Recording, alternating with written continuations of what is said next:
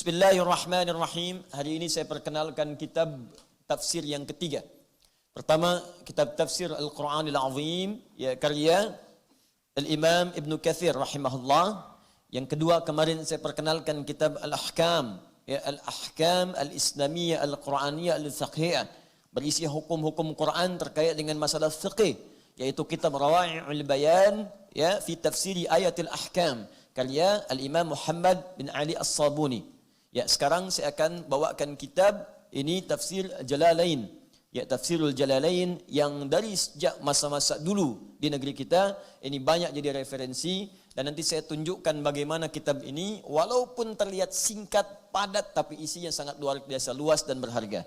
Jadi kalau ada orang belajar tafsir, mula-mula ingin belajar, saya referensikan untuk membahas tafsir ini karena paparannya begitu singkat tapi padat dan maknanya luas sesuai dengan makna-makna yang diinginkan secara umumnya.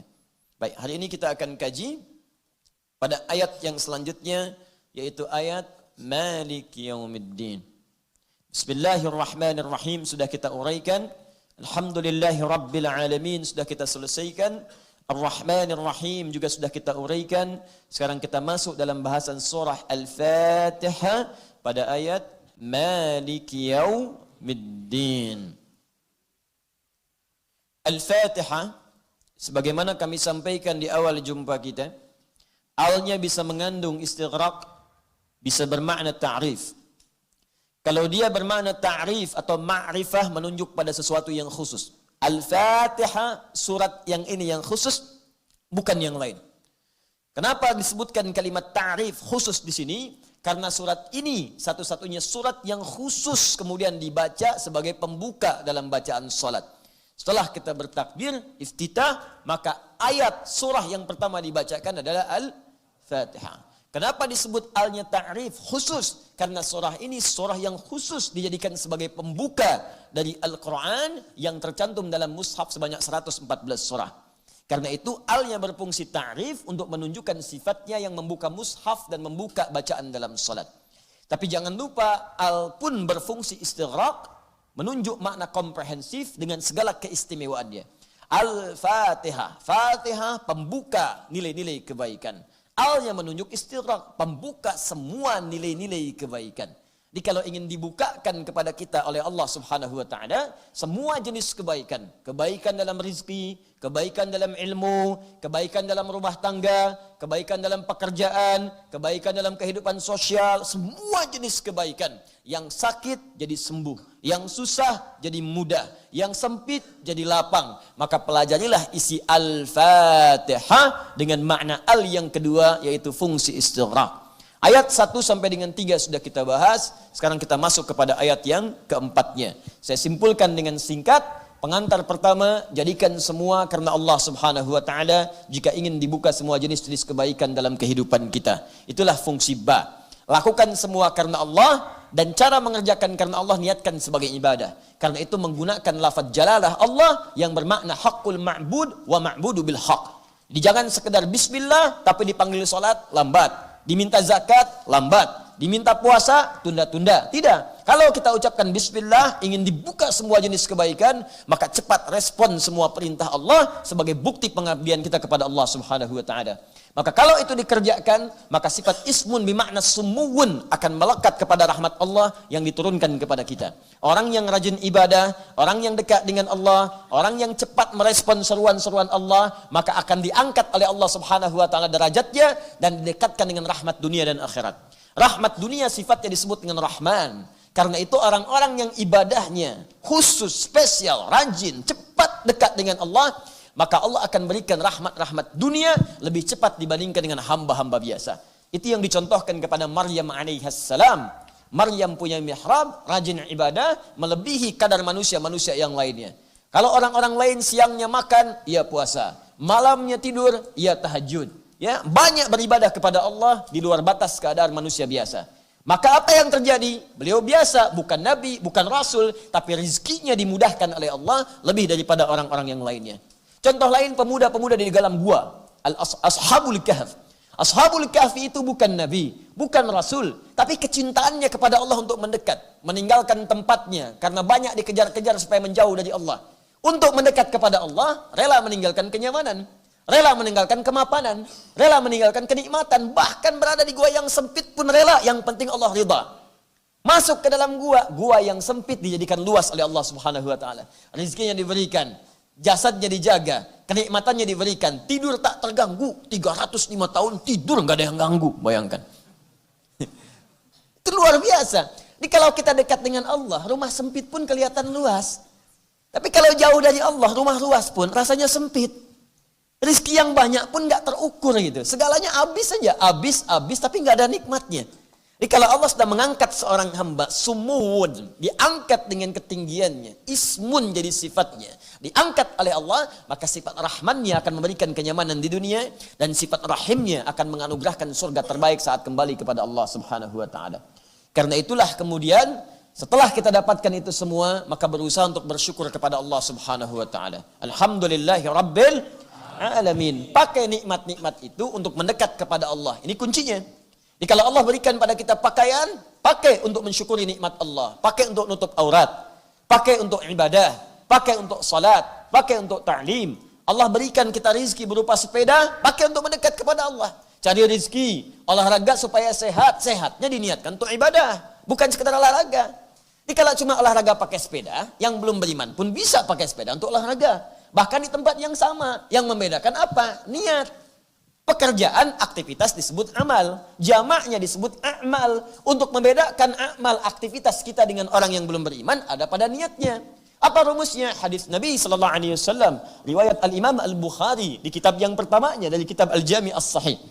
An Umar bin Khattab radhiyallahu taala anhu, hadis riwayat Umar bin Khattab, semoga Allah meridai kepadanya. Sami'tu Rasulullah sallallahu alaihi wasallam yaqul, saya pernah mendengar Rasulullah sallallahu alaihi wasallam pernah bersabda, innamal a'malu binniyat. Sungguh semua pekerjaan itu akan dinilai berdasarkan niatnya. Pakai sepeda boleh, olahraga bagus. Apa niatnya? Kalau niat sekedar sehat, maka tak ada kemudian akhiratnya, pahala kosong. Tapi kalau kita niatkan kesehatan itu dipakai untuk ibadah, saya pengen olahraga dulu subuh-subuh, ba'da subuh. Putar, pusing. Balik kemudian putar sampai pusing, ya. Badannya sehat, niatkan untuk ibadah, untuk salat duha, untuk cari nafkah, untuk baca Quran. Ini yang bagus. Tapi kalau keluar sebelum subuh, udah putar, lewat salat. Enggak. Ya. Masjid tinggal. Nah, itu enggak ada nilainya si Allah Subhanahu wa taala. Paham sampai sini? Baik, kalau kita kerjakan yang demikian itu, maka Allah akan tambahkan nikmat-nikmat yang selanjutnya. Karena itu kalimat Rahman dan Rahim disebutkan kembali setelah Alhamdulillahi Rabbil Alamin untuk menegaskan pemberian Allah yang berlipat ketika nikmat itu disyukuri. Ya, ketika nikmat itu disyukuri. Kata Allah, saya Rabbul Alamin, saya ini pemilik semua alam. Kalian jangankan minta sedikit, minta banyak saya kasih. Nggak ada yang kurang pada saya, pemilik alam semuanya. Siapa orang paling kaya di muka bumi? Cuman punya sedikit dari bumi. Saya punya semuanya.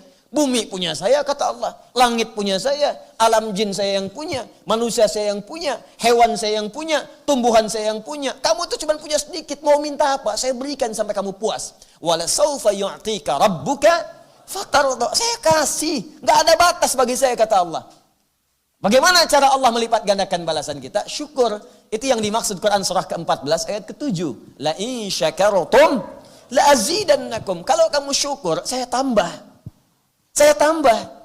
Rumusnya syukur. Syukur itu tadi, pakai semua nikmat untuk kepentingan mendekat kepada Allah. Harta banyak, keluarkan zakat. Yang lebihnya gunakan untuk berkhidmat kepada Allah. Sekalipun dipakai dalam urusan dunia, tapi niatkan untuk mendekat kepada Allah. Itu poinnya. Nah, ada yang menarik di paparan di kitab Tafsirul Jalalain antara hubungan Rabbul Alamin dengan Ar-Rahmanir Rahim. Sebelum masuk Maliki Yaumiddin, saya ingin bacakan dulu karena ini paparan yang sangat menarik dalam kitab ini, yang jarang kemudian dibahas di kitab-kitab lainnya. Bismillahirrahmanirrahim. Ya, masuk ke Ar-Rahmanir Rahim. Ayat ketiga, ayat Dzir-Rahmah. Yang dimaksud sifat Ar-Rahmanir Rahim adalah Dzir-Rahmah, pemilik semua sifat rahmat. Rahmat itu puncak kasih, perhatian dan sayang. Puncak kasih, perhatian dan sayang yang tanpa batas. Kalau dinisbatkan kepada makhluk, ya, makhluk, ya, bukan khalik. Kalau dinisbatkan kepada makhluk, maka ada tambahan. Puncak perhatian, kasih dan sayang, yang dengan perhatian itu, ia rela merasakan penderitaan, asal yang disayang itu merasakan kenyamanan. Kalau yang dimaksud makhluk, ya, tempat rahmat, itu rahim. Perempuan punya rahim dalam perutnya.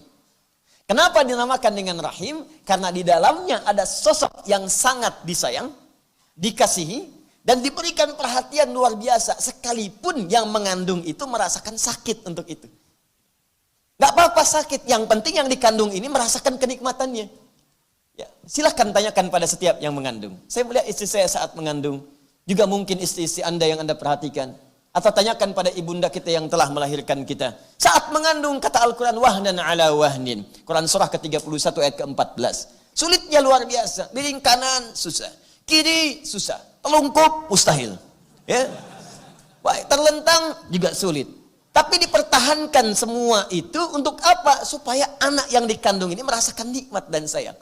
Makanya sebagian ahli hikmah mengatakan, ini cuma hikmah ya. Boleh jadi tinjauan lain itu bisa berbeda. Ahli hikmah mengatakan, kenapa yang terlahir dari bayi itu ketika keluar pertama kali adalah tangisan dalam dirinya. Karena dia khawatir tidak mendapatkan kenikmatan yang sama ketika berada dalam rahim ibundanya. Atau ahli hikmah mengatakan demikian. Karena itu, kalau ada sifat rahmah, kemudian dinisbatkan kepada makhluk, maka itu puncak kasih, sayang, dan perhatian yang diberikan kepada seseorang atau satu pihak. Dan dengan perhatian itu, ia rela menderita untuk memberikan kenyamanan pada siapa yang diperhatikannya. Jelas? Makanya ibu kan seperti itu ya. Kadang-kadang ngutang dulu, minjam dulu supaya anaknya lulus kuliah. Tapi nggak pernah ngasih tahu kalau itu pinjaman. Nggak apa-apa dicaci orang, nggak apa-apa datengin orang, nggak apa-apa ditagih orang, bahkan kadang-kadang diteror. Yang penting anaknya nggak usah tahu. Itulah ibu. Makanya kalau sedang kesal pada ibu, coba pikir-pikir dulu sulitnya ibu waktu mendidik kita. Itu bahasa Qurannya. Ya, kata Allah, wassainal insana biwalidayhi. Kami wasiatkan berikan pesan yang tegas pada setiap anak untuk berbakti pada kedua orang tuanya. Kalau sedang punya masalah dengan orang tua, apalagi dengan ibu, hamalathu ummu wahnan ala wahn. Kamu pikir dulu kau mau marah, pikir dulu. Ibu kandung itu ngandung kamu 9 bulan, itu sulitnya luar biasa. Berat kata Allah itu. Jadi kalau mau marah tuh pikir-pikir dulu. Saya tuh kadang sedih, kadang-kadang tuh pengen bertindak pada anak-anak sekarang itu yang dengan seentengnya aja memperlakukan ibunya. Ada gara-gara uang 10.000 ditendang kepala ibunya. Hanya karena uang 10.000 Anda bayangkan. Ada yang mengeksekusi, ada yang mencaci maki, ini siapa sebetulnya? Kata Quran, kamu pikir-pikir dulu, ibu kamu itu 9 bulan ngandung di perutnya. Kamu dibawa-bawa kemana-mana. Ya, wahnan ada wahnin, sulitnya luar biasa. Di Quran surah ke-46 ayat ke-15 disebutkan karha. Itu luar biasa. Karha itu perasaan yang tidak mudah gitu. Ya, sulit. Kalau sekarang nggak suka itu kalau kita tuh mual kalau dalam bahasa orang mengandung. Ya, isyarat Quran tuh ada. Orang ngandung tuh katanya kadang bawa mual, kadang nggak enak. Itu Quran surah 46 ayat ke-15. Bahkan di Quran surah ke-7 ayat 189, falamma asqalat kata faqal. Ya, faqal itu kalau Anda ngangkat beban, barbel, ya, angkat beban. Ya, angkat beban, barbel, Anda angkat, kan yang angkat tangan kan? Tapi berat beban itu ke semua tubuh terasa kan? Ya, ke badan terasa, ke kaki terasa. Yang angkat tangan. Kenapa yang semicut itu mulut kemudian wajahnya? Beda kan? Itu bebannya terasa. Ya, ibu saat mengandung pun itu diilustrasikan oleh Quran itu menggunakan kata fakal. Yang ngandung perutnya, tapi yang sakit bisa kepalanya. Yang sakit bengkak bisa ke kakinya, bisa ke tangannya. Dan bahasa Quran sederhana, kalau mau marah sama ibu, ingat-ingat dulu ini. 9 bulan kamu dibawa kemana-mana. Enggak pernah kemudian disimpan dulu. Pernah ada seorang ibu mengandung mau nyuci. Nah, ibu mau nyuci dulu, kamu istirahat dulu di sini ya. Tidak. Enggak ada. Kandung sampai keluar, selesai. Nyuci, bawa. Nyapu, bawa. Ya, beres-beres, bawa, dibawa. Pikir dulu kata Quran. Nah, itu kalau dinisbatkan kepada makhluk.